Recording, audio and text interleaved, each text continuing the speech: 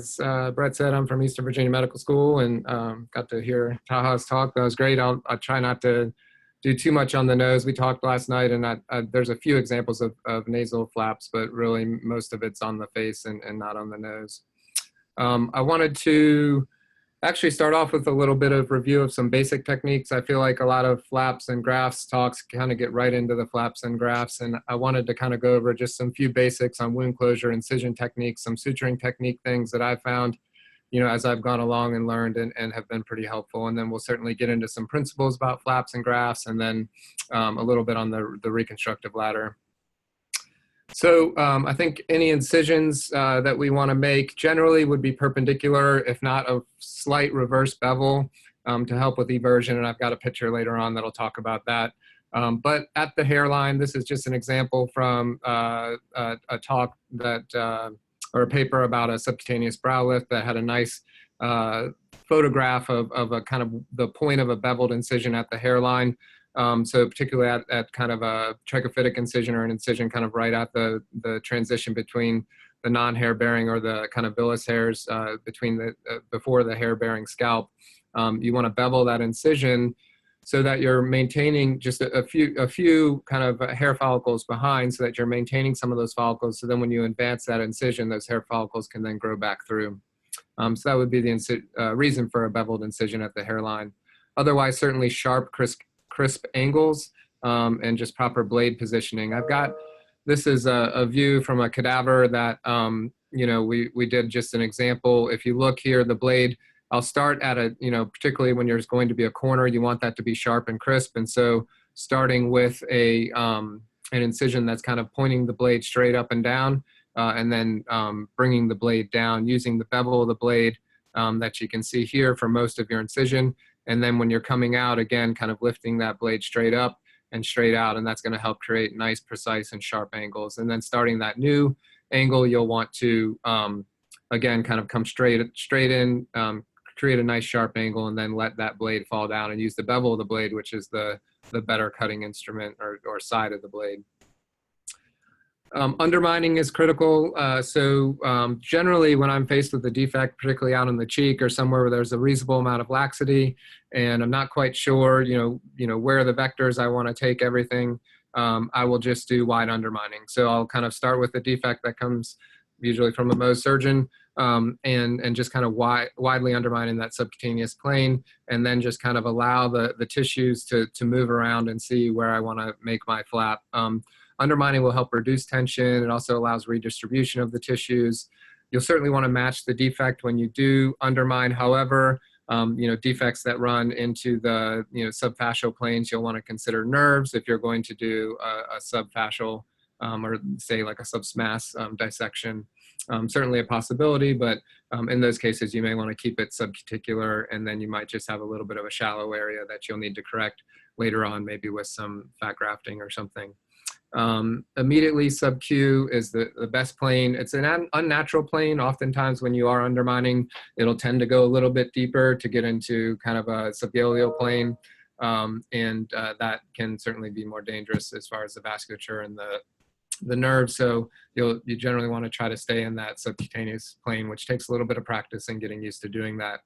Sharp dissection is best, usually with a scalpel, and then I'll go to a sharp scissors. The picture kind of shows holding with a double prong skin hook or a forceps. If I grab with the forceps, I usually try not to grab the skin, but I grab the dermis. But my preference is to start with a forceps and then quickly go to a double prong skin hook, using the finger, so kind of holding the hook and then using your middle finger kind of on the back end of the flap to really kind of palpate and feel that depth of elevation. And it gives tactile feedback, so you know your depth of undermining without having to look. So you can not actually kind of fold the flap over and risk buttonholing the flap, but tend to pull the flap towards yourself with your double prong skin hook, and then just kind of feel the end of the flap and the depth that you're undermining at. Blunt dissection is good for subgaleal planes or subfascial planes. Lots of times there's a loose areolar layer there that you can kind of just bluntly dissect and then kind of get the little fibrous septae. However, sharp dissection overall is generally the better plane or better method to do. This is just an example that shows kind of what can happen when you bluntly dissect through subcutaneous planes. Oftentimes it's harder to feel or get a precise elevation all in the same subcutaneous level. So then when you advance that tissue over, you might have areas that were higher in tissue kind of overlapping each other, which can then result in a bump or unlevel surface. So if you have a nice clean elevation, sharp elevation that's all at a uniform depth, then when you advance it, you're going to have a nice uniform overlying contour. The halving principle, so this is kind of getting into some suture techniques. When you rotate or advance tissue, you'll generally have one limb longer than the other limb. And the best way to approach closing that in an even fashion is redistribution. You can always take a Burroughs triangle out at one side, and we do that often. But if you have enough or don't have so much that you want to just redistribute it and not have to take the Burroughs triangle, the halving principle works really well. And so basically you'll just start at the half of the shorter side and the half of the longer side, and then you're still a little bit longer on the upper side, and you'll go half and half. Can you guys see my arrow? I hope so. All right, so. Yeah, we can see it. Okay, we'll want to maximize skin edge eversion. So that often starts with the way that you make your incision, and I've got a picture showing a reverse bevel here in a few slides. Deeper layer closure can help with eversion, kind of going up, starting at the subcutaneous level, and then kind of grabbing the dermis away from the skin edge and then bringing the needle back down towards or away from the skin edge as it comes out will help to kind of pull that tissue together and leave that free edge and help bevel that or evert that up. And then I've got a picture coming up with kind of how to put the needle through to help increase eversion as well. Superficial closure, you'll definitely want no tension. So all the tension of the closure should be held in your deep sutures. Really the superficial layer is just to kind of loosely approximate the edges and bring that skin to kind of just kiss the other side, but not strangulating or over kind of pulling on that suture to create a lot of risk of ischemia with strangulation of the tissue. You want to be perpendicular when you enter and exit, and look for the same depth on each side. So this is a sequence of photos that I took on a cadaver. So basically, holding that needle so that and oftentimes I'll usually grasp it a little bit more on the mid swath of the needle, but bringing it in straight perpendicular as you're entering the one side, and then actually grabbing with your brown apps and forceps and looking and seeing the exact depth that your other side is, and then kind of pulling up on the other side and matching it so that you've got perfect height of both of those flaps, so when they come together they'll match. And then making sure that when you exit you're perpendicular as well. So you want to enter perpendicular, exit perpendicular, and that's going to help use the contour of the needle to bring the tissue together in the best fashion to kind of maximize eversion. And then you'll go ahead and grab, and this is just kind of a speed type thing. It's definitely preferable to kind of go ahead and just grab the needle with your browns and then go ahead and reset the needle. So this is a first stitch, so you're still going to have to grab it and tie it. But as you're doing a running suture, if you can go ahead and grasp that needle prior to kind of moving on to your next throw, then you don't have to worry about grabbing it. It's safer. You're not grabbing it with your fingers. You don't have to grab it with your forceps. Once it's come out, you can just go ahead and set it and pull it and go, and it's just a lot quicker that way. And then tying, that just shows a nice eversion of the edges.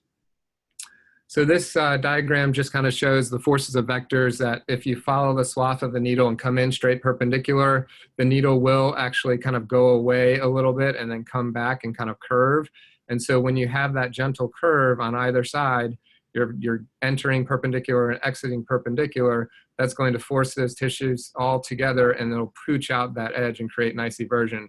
If you come at it with a shallow angle, which I see people do a lot before we kind of really stress that entering and exiting perpendicular, you're going to just pull those edges together and actually kind of invert the edges. And here, if you do it more extreme, you'll actually get some shearing oftentimes of the tissue. So that just kind of shows the importance of kind of entering and exiting perpendicular to the skin. This shows the reverse bevel incision and how that kind of helps bring, when you throw those deeper tissues together, that's going to help evert as well. If you actually did the opposite and had a bevel coming in, when you do that, those deeper tissues are going to meet first and you actually won't bring the skin edge together very well and you'll have an inverted suture line. So that, you know, you want to at least be straight perpendicular when you make your incisions, or a reverse bevel if it's something that's going to come straight together with kind of bilateral advancement or something like that. If you're going to do some sort of flap, you don't necessarily know exactly where the tissues are going to lie together, so you want to just do a straight perpendicular incision. Vertical mattresses also help with eversion, as well as horizontal mattresses. So mattress sutures can help. Usually, or oftentimes, I'll do a couple, especially in high tension areas. I might do a few mattress sutures and then go ahead and do my running locking suture after that.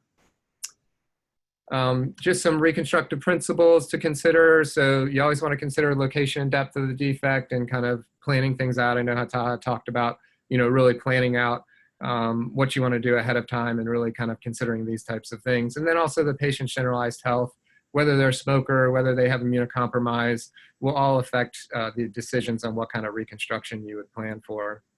So tobacco use, certainly somebody who smokes, you want to consider using a vascularized flap and not, you know, a skin graft or composite grafts. Those are certainly at much more risk if you are doing those in a smoker, just due to constriction of the blood flow. Other inhibited wound healing situations, so radiation, diabetes, immunosuppression, connective tissue diseases, all those patients you would really want to kind of push towards vascularized tissue for reconstruction if you can, and also avoid foreign bodies in those situations as much as possible. We'll want to place incisions in areas where they'll be inconspicuous, so relaxed skin tension lines, we'll have a diagram of that. Camouflaging them at hair-bearing areas, so as much as you can, kind of running sutures up to the kind of the junction of the hair-bearing areas and the regular skin. Also placing in rhytids is certainly helpful. The facial subunits, I know Taha talked about the nasal subunits, there's also facial subunits. And then when you're unable to hide an incision and it's going to come straight across the subunit, I may just close it primarily and then come back and do some sort of running revision to try to irregularize the scar, or you can do it at the same time. So relaxed skin tension lines certainly are places that in older folks will end up having wrinkles, but in younger folks, you can kind of anticipate those wrinkles. And really, they run perpendicular to the facial musculature. So, you know, for Botox, you do, you have lines that you're going to get your forehead rhytids by basically knocking out the frontalis muscle. So the frontalis muscle contracts vertically, but the lines are created horizontally or perpendicular to that muscle pull.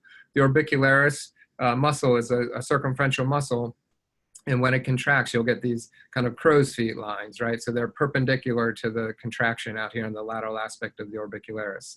Zygomaticus major and zygomaticus minor are going to contract in this direction, and so you're going to get perpendicular lines. And so if you have a defect out here in the cheek, oftentimes you'll want to run it in this kind of a direction if you're going to pull it together with simple advancement to try to create a line in that area that will ultimately end up getting rhytids down the road. So there are also lines of expression. So the nasolabial folds are certainly a good example of that. So with smiling and things, you'll kind of create that line, and that's a nice place to place an incision. That's also happens to be a facial subunit border, the nasolabial fold. So here are just some examples of facial subunits. So the cheek's actually divided into 4 subunits. So it's A, B, C, and D. There's medial, lateral, inferior, and superior. And all of those, there's certainly kind of considerations to take where or what type of reconstruction you would do in those types of areas. There's the orbital subunit, forehead subunit, there's the upper and lower lip subunit, there's the philtral area, as well as lateral upper lip elements as well, and then the chin. Always want to avoid free margins as much as possible. Just always anticipate contraction. Scars, just, you know, suture lines themselves are going to contract, and certainly flaps are going to contract. So this is an example of a patient who had a cheek rotation advancement flap, and you know, right along that lower eyelid. That can be a very difficult area to address, and we'll talk about that a little bit later on, but certainly just anticipate contraction, and you really want to try to overcorrect in these areas, take tension off of that closure as much as possible to try to avoid those types of situations, and also try to avoid as much as you can, and sometimes it's unavoidable, but as much as you can, try to avoid putting tension on areas of free margins. So free margins being the lower lid, the nasal ala, the lip, the brow. Those are all free margins, areas that can move and create aesthetically unpleasing results. Reconstructive bladder, I think most people have heard of this. So certainly from simplest to most complex, secondary intention, primary closure, skin grafts, composite grafts, local flaps, regional free flaps, and then prosthetics. And so in this talk, we'll kind of get up to regional flaps. I'll do a few short slides on secondary intention and primary closure, and then we'll spend most of it talking about grafts and flaps. So areas of good secondary intention closure, small defects on concave surfaces. So the medial canthal area, the alar crease, even kind of heading up towards that alar upper lip junction. For small defects in those areas, you can let those heal secondarily. Certainly the temple is a good area. Taha showed how, even secondary intention up at the junction of the forehead and the hair can heal very well, as we do oftentimes with forehead flaps that we can't close all the way. You'll just want to make sure that it is going to contract, and you want to make sure that when it does contract, you're not going to distort it. So a large defect in the alar crease certainly has risk of distorting that alar rim, and that's something you'll want to consider, but a small defect may be more favorable. Infected wounds are areas that you may want to let heal by secondary intention, at least temporarily, let them clean up a little bit, and then you may come back into a secondary closure or continue to let those heal up. The scalp is a great area to allow to heal secondarily, as long as you don't have exposed bone and can keep it hydrated. Certainly if it's down to the periosteum, I've seen some people try to let those heal secondarily, and then it kind of dries out, and then you've got exposed bone, which is a bigger issue. And certainly poor surgical candidates are ones to consider secondary intention. So it's simple. You just have to have people that are able to do good wound care, and then anticipate contraction, and then know that there will be some color mismatch likely with secondary healing and scars that you may want to address down the road. Primary closure indications include adequate mobility. So certainly areas out in the cheek, you may be able to just close and then cut out a dog ear and not even really have to undermine very much or advance very much tissue. If you can hide a linear scar, it's a great place to do linear or primary closure. You certainly want to do this in areas where there's risk of minimal distortion, and again, remembering the free margins, and want to avoid excessive tension, because excessive tension creates wide scars. Ideal angle for primary closure would be 30 degrees and kind of a 3-to-1 length. So it's as simple oftentimes as just kind of measuring the width of the defect and then just taking that distance on either side. So you've got a 1 centimeter defect, you may just go a centimeter on either side, make a point, and then just draw your ellipse from there. If that ellipse on one side may get to a place that's a sensitive area, such as a free margin, you may convert that to an M-plasty. By basically just taking the midpoint, and then what would come out this way, you're flipping that in towards the defect and creating what would be an M-plasty, and then when that comes together, it actually looks like a Y. So this is just an example of that. Here's a patient who, it would be very simple to just kind of run that in through the lip, then you're just going to make sure that you're suturing that vermilion border right on, but it's certainly an area that you could also just do a quick little M-plasty. So instead of extending that ellipse out into the mucosa of the lip, can kind of just bring that back here and here, suture those together, take your ellipse out there, and then your scar is just going to kind of run up, and then you'll have a little bit of a Y kind of heading in there to the vermilion. Skin grafts are great when there's lack of available tissue for doing a flap, a large shallow defect, certainly in cases where you want to do tumor surveillance. So if there was a patient that had, a defect in a sensitive area, and, it has high risk features for recurrence, you may consider doing a skin graft temporarily, observing for 6 months or so, and then coming back and doing a more significant reconstruction. And then you'll always want to consider that there could be donor site issues, including color and thickness mismatch, and that's things that you might have to do down the road. And I know Taha talked to you all about possibility of talking about dermabrasion and things like that down the road for skin grafts. Consider the donor sites. Post-auricular, pre-auricular work really well. Nasolabial fold is actually a reasonable donor site, oftentimes for nasal defects. You know, we do nasolabial flaps, and that color match and texture ends up being very reasonable for nasal reconstruction. So you can still use that skin. Supraclavicular area is a nice area to get a relatively large graft as well. Nasal tip is a great area for skin grafts, columella, the lateral auricle, kind of off of the rim, and then eyelids are all areas that are good for full thickness skin grafts. These are kind of in-service type questions, you know, understanding kind of the time frame of vascularization of grafts. It's serum imbibition for the first 48 hours, inosculation for the next few days, and then capillary ingrowth following that. And the recipient bed, the best skin grafts that I ever do are ones that are about a week after the excision. The granulation tissue has healed well. You have a nice vascular base, and the skin grafts take beautifully. So if you're able to do that, it's great. Oftentimes people don't want to wait, and so you may not do that, but certainly that is something to consider, and it helps optimize the healing. You may want to consider if it's an area certainly on the nose, you want to have it, or the ear, you want to have perichondrium. If it's down to the cartilage or the bone itself, doing a skin graft is going to be difficult, and so those areas you would certainly want to let granulate a little bit first, and then consider doing your skin graft on top of that. And certainly hemostasis is important to avoid having a blood collection under the graft so that you can get nice apposition to the bed, and a bolster helps with that as well.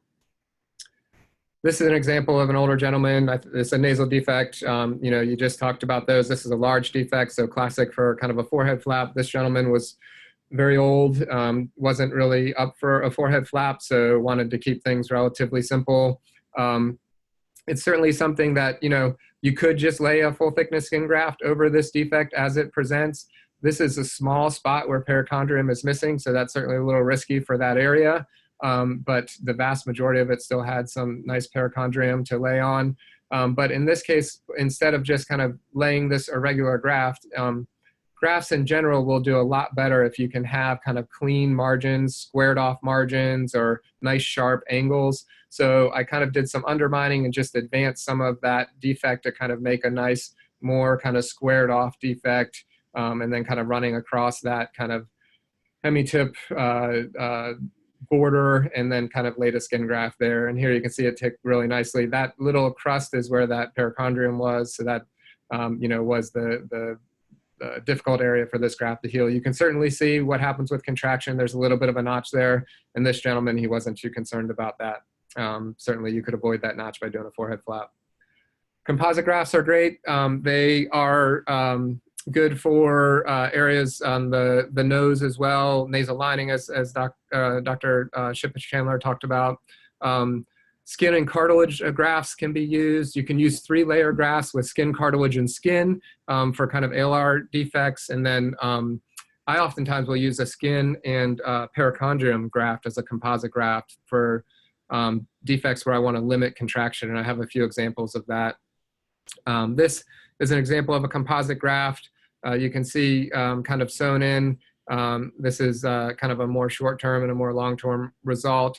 In these cases, along the rim, I might leave a small piece of cartilage attached just to kind of help prevent contraction of that rim. Another similar example, and this is just to show you, these often can look really bad for a while, get quite dusky. They sometimes will have, you know, epidermolysis and have a significant crust on them, but as long as the perichondrium and the dermis have taken, then they'll usually reepithelialize without too much issue. She has a little bit of kind of scar tissue in that area, but really not a lot of LR retraction, maybe a mild amount, but that's a difficult area to construct with a flap. Oftentimes you would have substantial movement of the rim with a flap, so this is a great, the soft tissue triangle is a great place for a composite graft. The ear, this is a place where you could do a skin graft, certainly.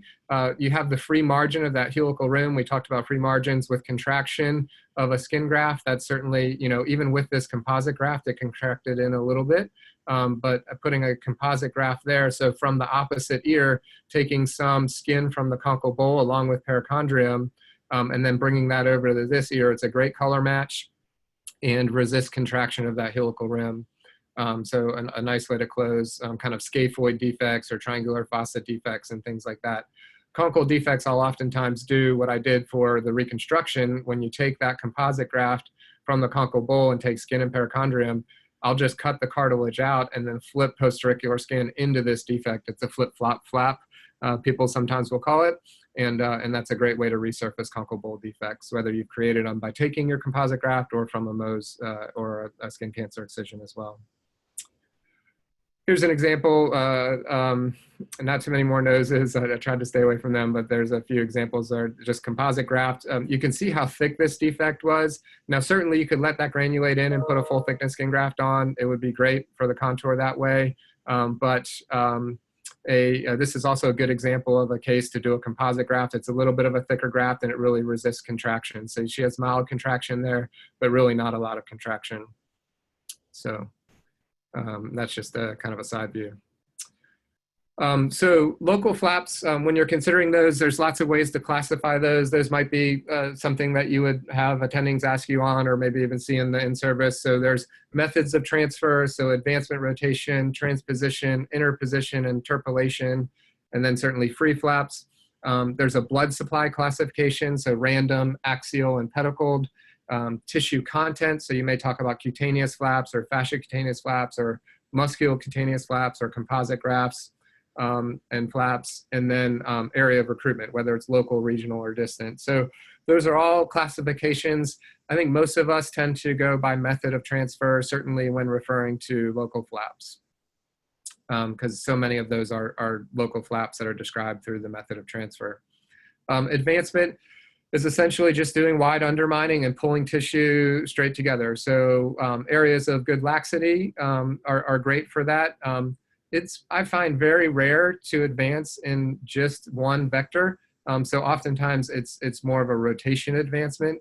So it's pretty rare to have a pure advancement. It's almost like a primary closure, but you're doing undermining and then taking standing cutaneous deformities along the way somewhere.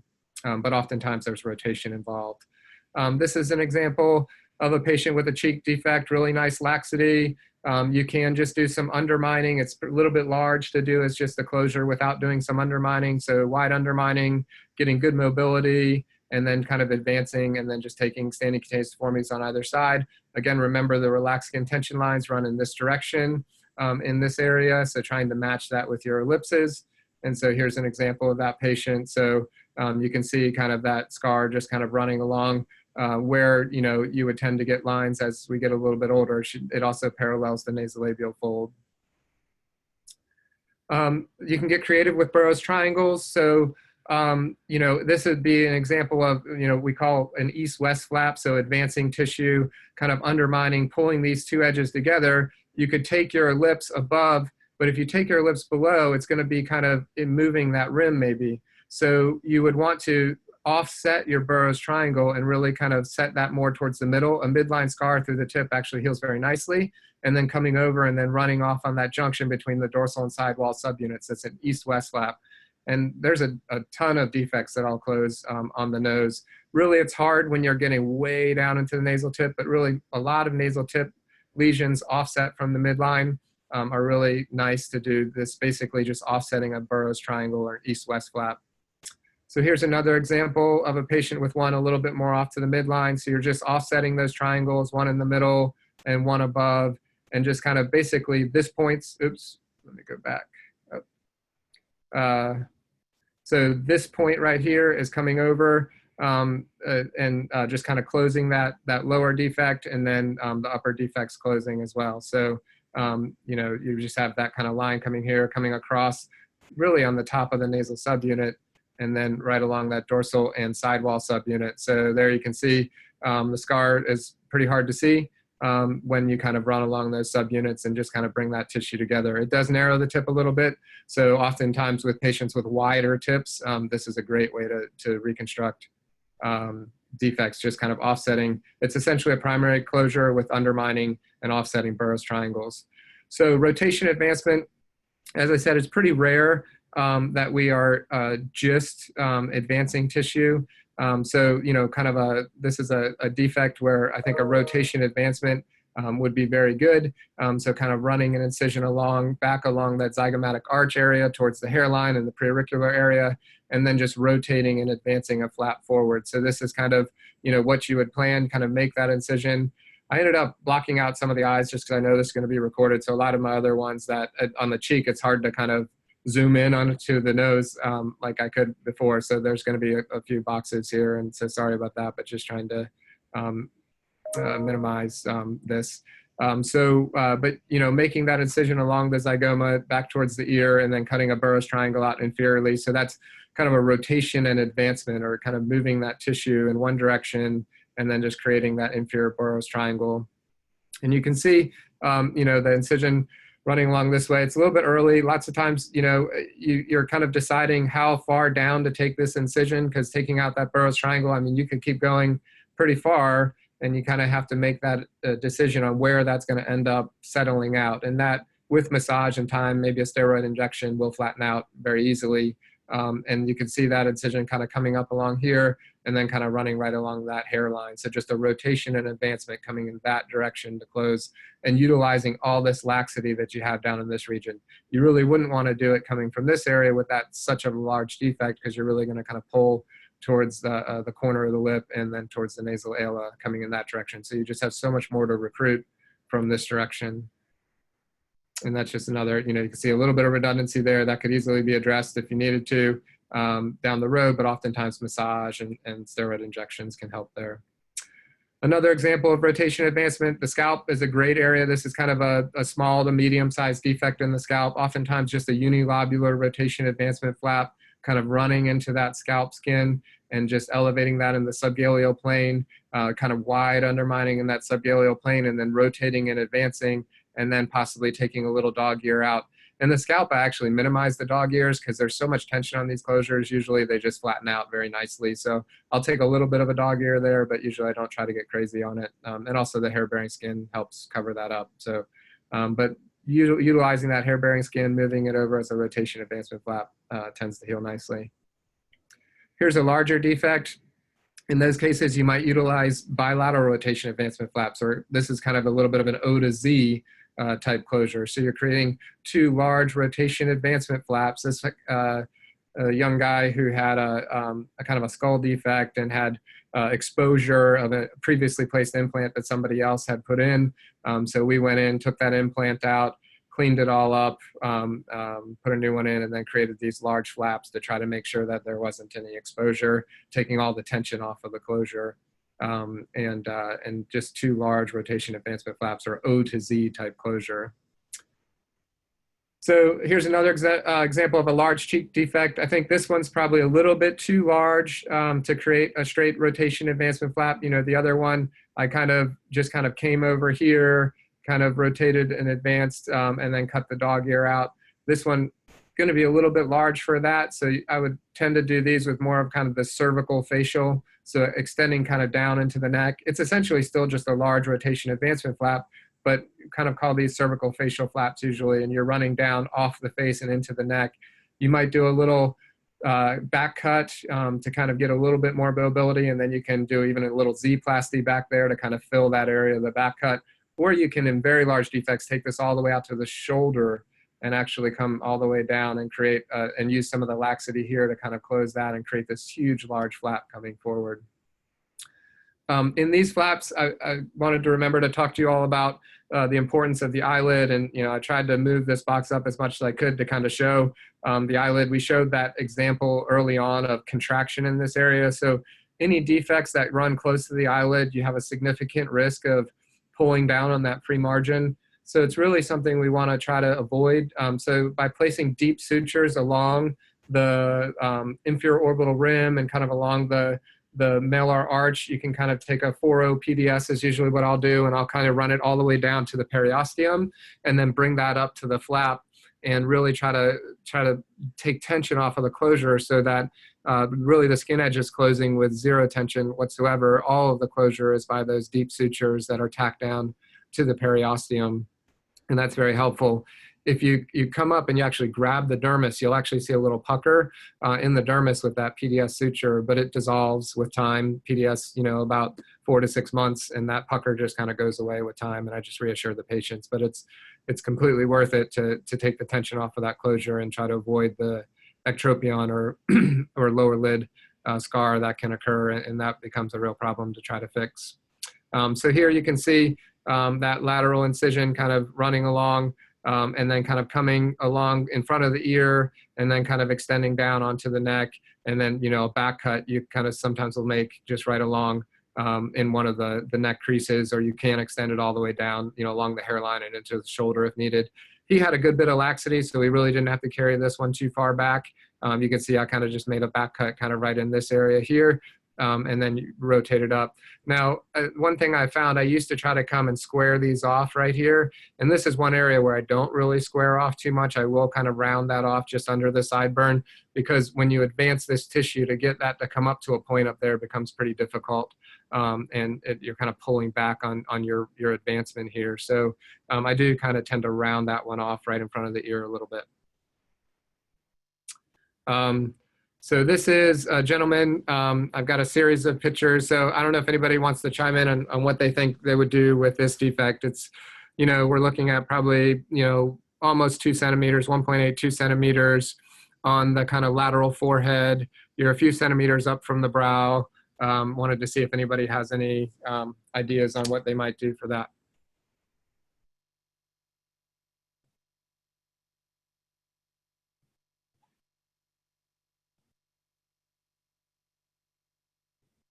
All right, so no ideas at all. I'm not gonna. Maybe wide undermining with the Z-plasty. A Z-plasty, okay. You could consider doing an O to T or even a full thickness skin graft. It doesn't look like, it looks like there's healthy tissue under there. So I would consider a full thickness skin graft. Otherwise, possibly an O to T or maybe VY advancement flap and bring skin from the temporal area. Those are all great ideas, and all of them would work. Full thickness skin grafts, oftentimes, certainly out here in the temple, like I think they heal beautifully. On the forehead, you can certainly do it. And in this gentleman, there's enough laxity to probably close with a flap, so I would kind of move towards that. But large defects in the temple, full thickness is great. Somebody said Z-plasty. Yeah, so oftentimes I would think of that as kind of bilateral rotation advancement flaps, or an O to Z, and then certainly O to T is great as well. You can use those horizontal rhytids and kind of down here, and then just extending a dog ear up here. So that would be your O, and then your ultimate T by having kind of an incision here, bringing that together. And certainly a V to Y pedicle flap is a great example of something that you can do there as well. And in this case, I did kind of the O to Z, so bilateral, almost rotation advancements. It's not quite a straight advancement flap on either side. You're really getting some rotation and some advancement. You're going to take oftentimes a Burroughs triangle. You could, as we talked about the halving principle, kind of redistribute that extra length. But on here and then on the top side here, you'll have extra length compared to the bottom side as you advance this tissue. But oftentimes you can just take a little Burroughs triangle. A Burroughs triangle out here in the crow's feet heals beautifully. Most of these incisions are horizontal. The one reason I didn't do the O to T is because you're going to have a scar that kind of runs up here with your dog ear up here. You're going to have a limb that kind of runs straight along here, and that's kind of counter to the rhytids that run in the forehead. So I think an O to Z works really well here because the vast majority of your suture line is directly in line with the rhytids, or you have a little bit of an offset suture line there, and then a little tiny Burroughs triangle there and there. So you can see down the road, this heals pretty nicely, and kind of a nice example there. So this is, I'll just go ahead and show all these. We already talked about the V to Y. Somebody had brought that up for the last defect. And that's a great, even for above the brow, but I think even in the brow, even better. In this patient, you can see there's a relatively large defect right in the middle of her brow. And so you could do, O to Z or one of these other types of reconstructions, skin graft and things like that. But it's going to be hard to move the brow skin together, where the V to Y advancement, works really nicely because this lateral aspect of brow hair, you really just kind of elevate, mobilize this whole flap, bring it together. Now she's going to have a shortened brow on that side, but she certainly will have brow hair in continuity with that B to Y island advancement flap. And you're really in that, the thing that I always talk to the residents about is just making sure that you really have to widely undermine all the way around this flap. So you're getting good mobility of the tissue that's still attached. And you're really just keeping that central 60% of the flap with attachment. So you're even undermining all the way around. So this tail has to be undermined some and separated, all of these edges and even the leading edge as well. So you're keeping that central 60% of vascular attachment and all the rest of it's undermined so that you can bring that over with a tension-free closure. And here you can see the brow hair kind of in continuity running across. So B to Y, I think, is a great type of a closure there. All right, so does anybody have any ideas about what you might do for this defect on the ear?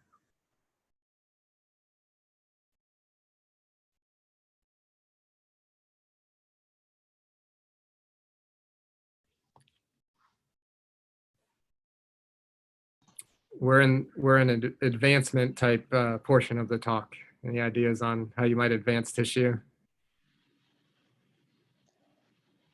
You could consider a helical rim advancement. A what? Helical rim advancement. Yep. Okay. How would you do that? See, kind of in size, you'd have to freshen the edges of your defect, and then you can make an incision going along kind of the scaphoid fossa, just anterior to the helix, and extend it on down inferiorly, and then that, yeah, down towards the labial, and then that can advance up to kind of close that defect. Yep. So we'll call that a chondrocutaneous advancement, right? So your incision is going to be running right between the helical rim and the scaphoid fossa, kind of right in this crease into the lobule. And so you're going to have on this flap that you're advancing, you're going to have skin and cartilage. Now, would you make that a full thickness incision? Through will you go skin, cartilage, and skin on the opposite, on the posterior surface? Skin intact. Posterior intact, yes, exactly. Now, some people describe this as making that a full thickness incision and bringing it up, but I mean, I think that's just, then you're basically just relying on the lobule as your blood supply. So exactly, I just make it through the skin and through the cartilage and leave all that postauricular surface intact and do wide undermining on the cartilage on the postauricular surface, even down to the conchal bowl. And when you advance this skin back up, you'll then have a dog ear on the back and you just cut out that skin.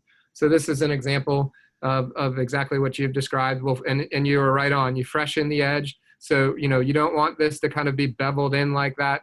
You really want a nice straight edge coming on both of these. So you're actually going to cut out this the cartilage of the helical rim right there, and then all of that skin, and create a nice fresh edge on either side, and then just wide undermining on that postauricular surface. The other thing yeah, like I said, I'll even kind of cut a little bit of that rim because you're going to be replacing that area with the rim on this side. Now, oftentimes I might extend that incision anterior as well and make this a bilateral chondrocutaneous advancement. And that might depend on how much laxity is in the lobule.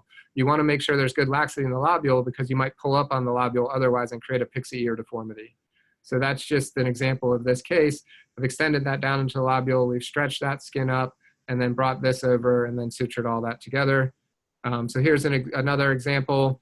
Nice laxity in the lobule, making that incision down, advancing it up.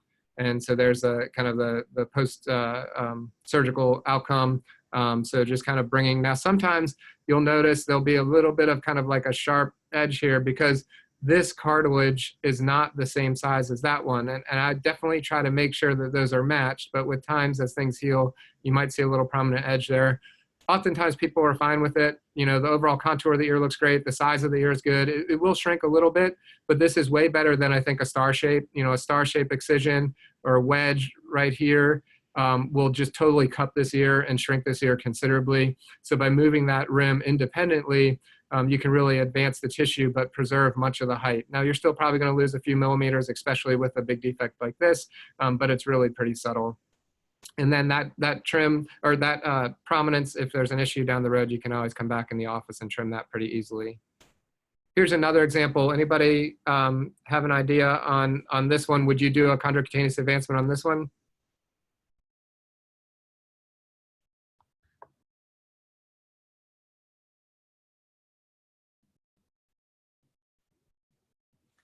All right, I wouldn't, and the reason being, if you see the patient has an attached lobule, so if you kind of make this incision coming down here into the lobule and you stretch that up, you're gonna even worsen this attached lobule. So really you wanna look at that lobule, make sure it's a detached lobule and there's some laxity in it. So in this case, I just took postauricular skin and kind of advanced it over the top to kind of close that defect there. So no real movement of the lobule at all. And we did not do a chondrocutaneous advancement. We did a postauricular advancement. Usually I don't like those because you can see, you know, there's a little bit less kind of contour along that rim there. There's some tension on bringing that over. It might create even a little bit of a cookie bite. But in this case, really, that was our best option. And then finally, this is another kind of a similar defect. However, this one's pretty large. In these types of cases, I'll oftentimes not want to do a chondrocutaneous advancement. He has a little bit of laxity in the lobule, a little bit of a detached lobule, but this was almost 3 centimeters and it's a relatively small ear. So it's really taking up a good portion of his rim. If I advance that up, I'm really gonna have to cut away a good bit of that scaphoid fossa in order to get this to come all the way up, which you can do in somebody that's older and really doesn't care and wants a simple reconstruction. But in this case, he really wanted something nice. And so you can do just an advancement as a stage surgery. So creating a flap on the postauricular surface, so kind of making incisions on the posterior side, making incisions down towards the postauricular crease, kind of here and here, and then really pulling this cartilage all the way back. So you can see how prominent that superior crus is, and you're pulling that skin over top. And so they're gonna have a really retracted ear for a while, for about 3 or 4 weeks while all that skin's healing in place. But then you come back as a second stage, release the back, release all what's tethering, and then kind of template it to figure out, you know, how much of a skin graft you need, and then place the skin graft back there to kind of release and free up that margin. So here you can see, if I were to do a chondrocutaneous advancement, I really would have shrunk the ear. The ear is the exact same size, has a really good contour. We just it was a stage surgery, so it took a total of about 6 weeks to do this reconstruction, but a nice result. So transposition flaps, rhombic flaps, bilobe flaps, note flaps, so you're moving tissue over an incomplete bridge of skin. So I won't spend too much time on this because I think Taha talked about bilobe flaps. This is a note flap. I don't think I heard him talk about a note flap. I think that's a nice reconstruction for kind of a sidewall defect. You can just create a little bit of a it's essentially, creating an advancement on the surface, but you're just kind of creating a small defect here, and then you're transferring this flap over an incomplete bridge of skin, sewing it in there, taking a little standing cutaneous deformity, and then this is closed primarily. So your donor side here is closed primarily. So this point goes to here, while this point goes to there, and then that point goes to here. And so that creates just a scar that kind of runs along kind of in this direction and then kind of right along there. So a note flap is a nice sidewall defect. Bilobe flaps, I won't spend much time on that. I think Taha talked nicely about those. Interposition is when you're transferring 2 flaps over each other. So a transposition flap goes over an incomplete bridge of skin. Interposition flaps are 2 flaps that mobilize over each other. So a classic example of this would be a Z-plasty. Z-plasties are oftentimes used to elongate scars. So if you have a scar over a concavity that is tented up, you can elongate that scar and get it to lay down in the concavity, changing the orientation of a scar, and then, as I said, releasing a band or tethering. So this is a nice example of an area to use a Z-plasty. This is a patient who had a vertical limb, probably a little bit too anterior on her neck dissection, and she has a tented up scar across that concavity. So you can go and release the scar, cut it out, and then do, in this case, multiple Z-plasties. So here and here, and then here and here, and here and here.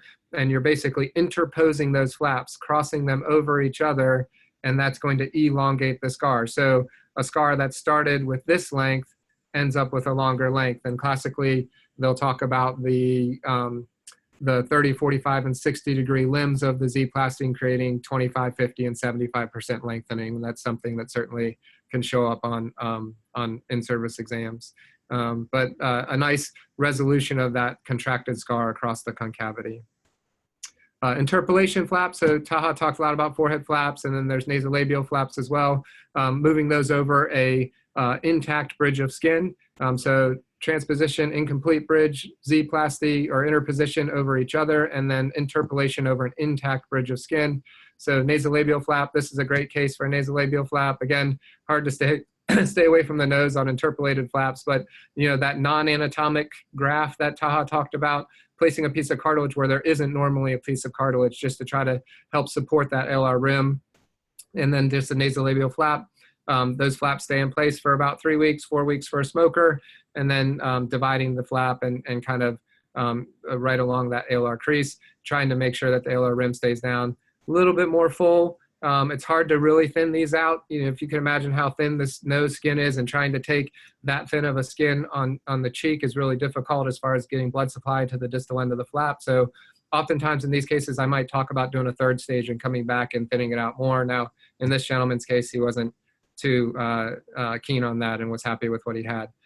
There may be some patients that you would do a buried, I don't remember Taha talking about this, but a single stage interpolated flap or a buried forehead flap. Patients that are resistant to having a pedicle and coming back for another surgery, patients that wear glasses and just absolutely need to wear the glasses, where you can't have the pedicle running across the glabellar area, patients that may have issues with wound care or bleeding with a non-buried flap. You can do a buried interpolated flap. So this is a case, all of this area is just going to be subcutaneous and frontalis and galea. We're going to lift up the skin and a small area of subcutaneous tissue, and then the flap up here itself will be what comes down. So you can then come under the intact bridge of skin for the interpolated flap and then suture it in place. And again, keeping in mind, you know, subunits and trying to kind of, the defect originally wasn't, you know, with obviously running right along these subunits, and we just kind of create the nice dorsal subunit and then reconstruct it. And so there's an example. So now there is a little bit of fullness in this area. You can always come back at a later stage at the patient's convenience to help address that. And finally, we'll talk about combination flap. So, you know, in some cases, the defects are so large, you know, it's going to be hard to do kind of one type of reconstruction. You may combine types of reconstruction. So in this case, the patient has, you know, relatively large, it's about a 5-6 centimeter defect right at the transition between her scalp and her forehead. And so I was a little bit limited. You know, I could have, you know, tried to create, you know, really, really large rotation advancement flap, but it was going to be difficult to kind of get a complete closure.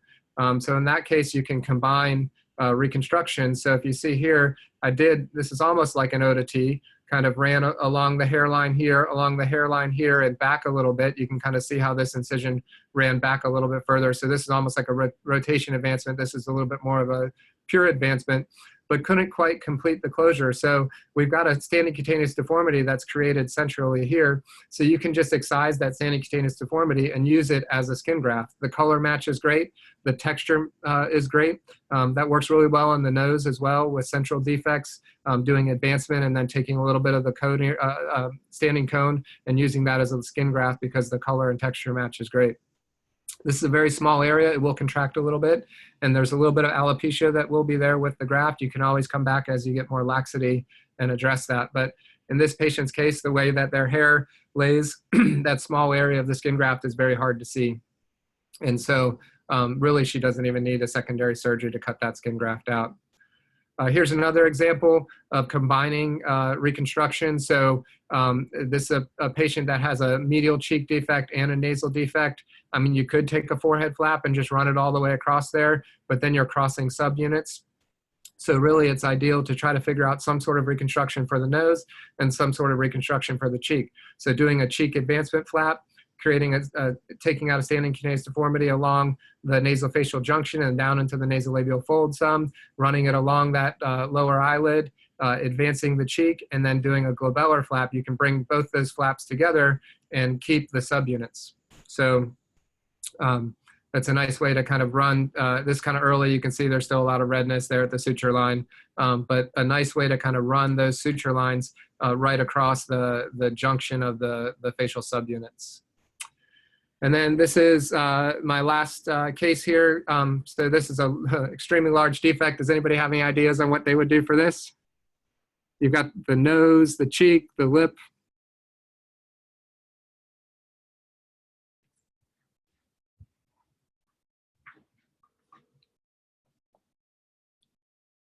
No takers?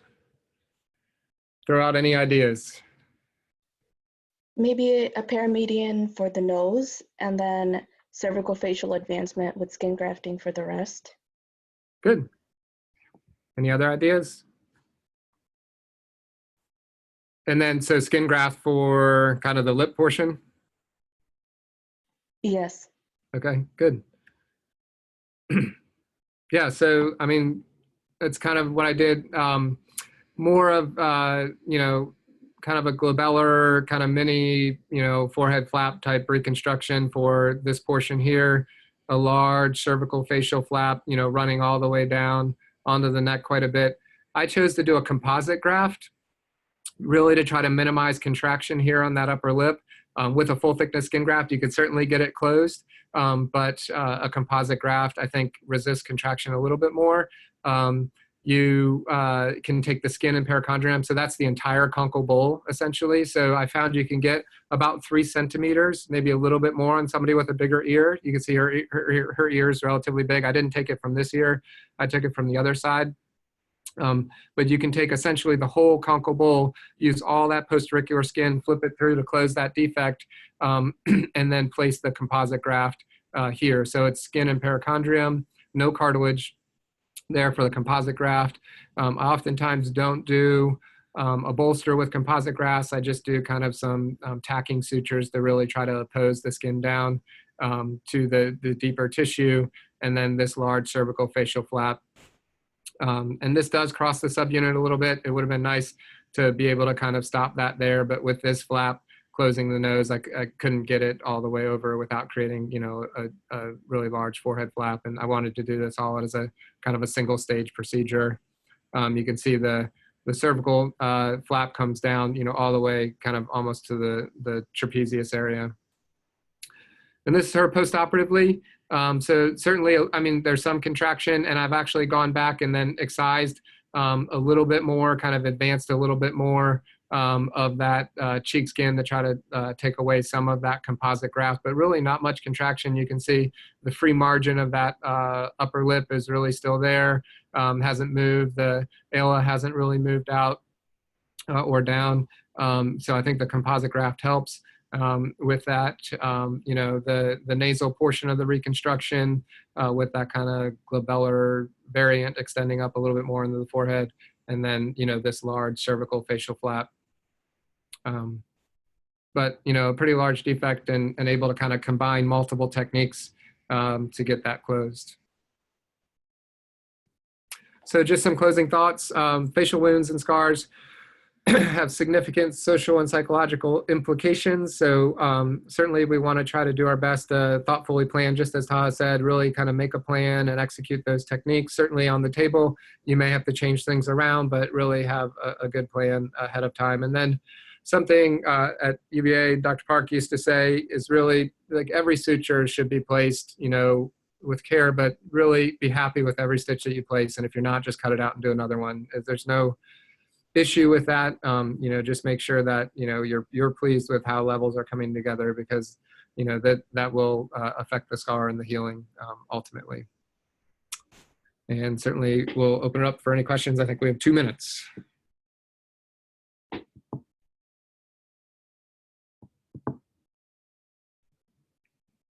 All right.